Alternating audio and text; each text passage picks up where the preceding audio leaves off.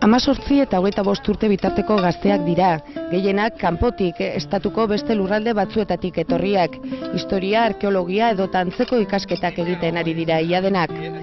Hemengo gazteak Erdiaroko hilobiak induzkatzen ari dira. Hilobidanak ekialdera begira daude, garai hartan ohikoa zen legez.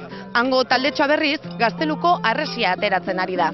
Goizetan, 9:00 ordu batetara edo hemen egoten gara eskabazinoien, da arratzaldian ekintza diferentiek egiten dugu, batzutan inguru ezagutzera juten gara, Lekitora, Gernikera, da beste batzutan berton geratzen gara ekintzaren bat egiten. Espainia guztiki datoz, Andaluziatik, Madriletik, Valladolid, Zaragoza.